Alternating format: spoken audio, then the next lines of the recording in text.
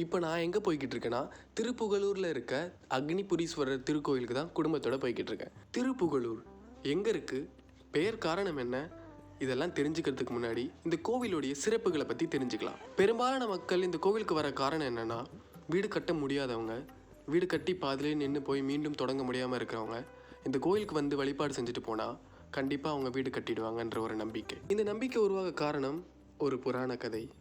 63 நாயன்மார்களுள் ஒருவரான சுந்தரமூர்த்தி சுவாமிகள் திருவாரூரில் மண்டபம் கட்டி அங்கே வரவங்களுக்கெல்லாம் அன்னதானம் செய்யணும்னு ஆசைப்படுறாரு. அதுக்காக புகழூர் அணை பாடி படிக்காசு பெற்று வருகிறேன்னு சொல்லிட்டு திருவாரூர்லேருந்து கிளம்புறாரு.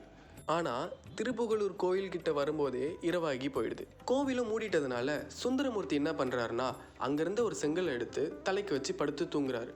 அவர் எதற்காக வந்திருக்காருன்ற நோக்கத்தை அறிஞ்சு அக்னிபுரீஸ்வரர் என்ன பண்ணுறாருன்னா, அவர் வச்சு படுத்திருந்த அந்த செங்கலை தங்கமாக மாற்றிடுறாரு. நான் எதுக்காக வந்தேனோ உங்களை பார்த்து தரிசிக்காமலே நீங்கள் எனக்கான விருப்பத்தை நிறைவேற்றிருக்கீங்க, தங்களை என்னவென்று புகழ்வேன் என சுந்தரமூர்த்தி மனமுருகி பாடியிருக்கிறார். அன்னிலிருந்து வீடு கட்டணும்னு ஆசைப்படுறவங்க, வீடு கட்டிக்கிட்டு இருக்கவங்க அந்த கோவிலுக்கு வந்து 6 செங்கல்கள் வச்சு பூஜை பண்ணி அதில் 3 செங்கல் வீட்டுக்கு எடுத்துகிட்டு போயிட்டு வழிபாடு செஞ்சு முதற்கல்ல வாசல் நிலைக்கு மேலேயும், 2வது கல்ல ஈசானி மூலையிலும், 3வது கல்ல பூஜை அறைக்கு மேலேயும் வச்சு வீடு கட்டினீங்கன்னா கிரக பிரவேசம் நன்றாக நடக்கும்ன்ற ஒரு நம்பிக்கை.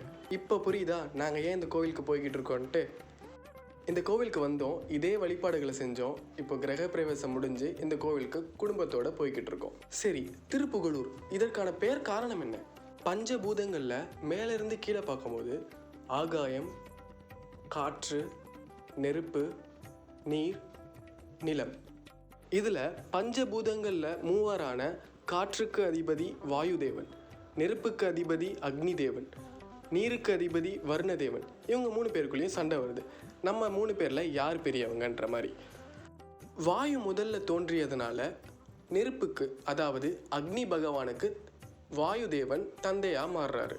என்னை எதுக்குறவங்க யாராக இருந்தாலும் சரி நான் அவங்கள சுட்டே எரிச்சிருவேன்ட்டு கோவத்தோட அக்னி தேவன் சொல்கிறாரு.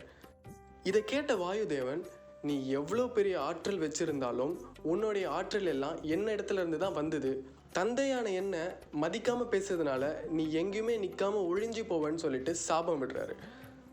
அங்கிருந்து அக்னி பகவான் அப்படியே மறைஞ்சு போயிடுறாரு. அக்னி பகவான் இல்லாததுனால தேவர்கள் எல்லாருமே வலிமையிலிருந்து காணப்படுறாங்க.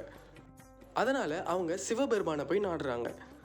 அதே நேரத்தில் தன்னோட தவறை உணர்ந்த அக்னி பகவான் கிட்ட பிரகஸ்பதி, அதாவது தேவர்களின் குலகுரு, அவர் போய் சொல்கிறாரு, சோழ நாட்டில் புன்னை நிலத்தில் இருக்கும் சிவபெருமானை நோக்கி வழிபடுன்னு சொல்கிறாரு. அக்னி பகவானும் அதே மாதிரி தவமும் இருக்கிறாரு. தன்னிடம் அடைக்கலமாக வந்த தேவர்களுக்கு நன்மை செய்யவும் அக்னி பகவான் தன்னுடைய தவறை உணர்ந்ததுனாலையும் சுயம்புலிங்கமாக உருவெடுத்து அக்னி பகவானுக்கு சாப விமோச்சனம் கொடுக்குறாரு சிவபெருமான். அக்னி பகவானே வந்து வணங்கினதுனால இந்த கோவிலுக்கு அக்னிபுரீஸ்வரர் என்ற பெயர் அமைகிறது. தேவர்கள் எல்லாரும் சிவபெருமானை புகலிடமாக அடைஞ்சதுனால இந்த ஊருக்கு திருப்புகலூர் என்ற பெயர் வருது. இதுதான் இந்த கோவிலுடைய சிறப்புகளும் பெயர் காரணமும். அது சரி, இந்த கோவில் எங்கே இருக்குது?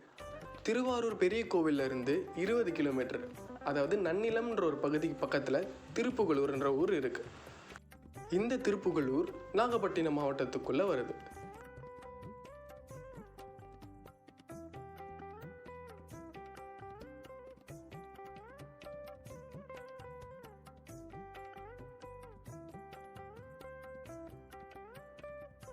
கோவில் உள்ளே போகும்போதே வெளியில் வந்து செங்கல்லாம் வச்சுருப்பாங்க. ஸோ நீங்கள் வீடு கட்டணும்னு ஆசைப்பட்டீங்கன்னா செங்கல்லாம் வெளியிலே வாங்கிக்கலாம். ஆனால் அதுக்கு வந்து 550 சார்ஜ் பண்ணுறாங்கன்னு நினைக்கிறேன்.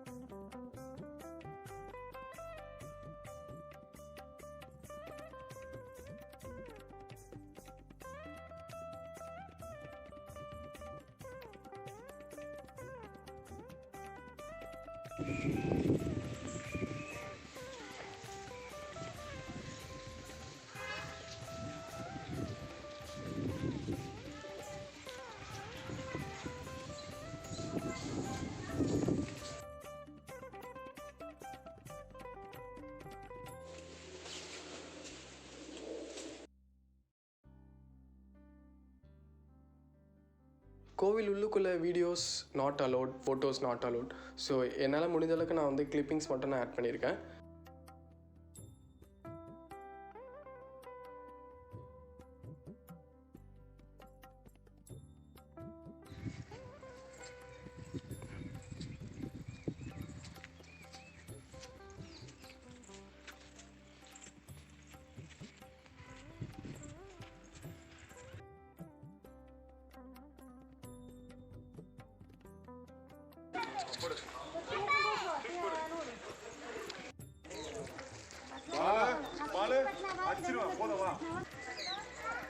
ஸோ கோயில் பார்த்து முடிச்சாச்சு, வீட்டுக்கு போய்கிட்டு இருக்கோம். பாய்.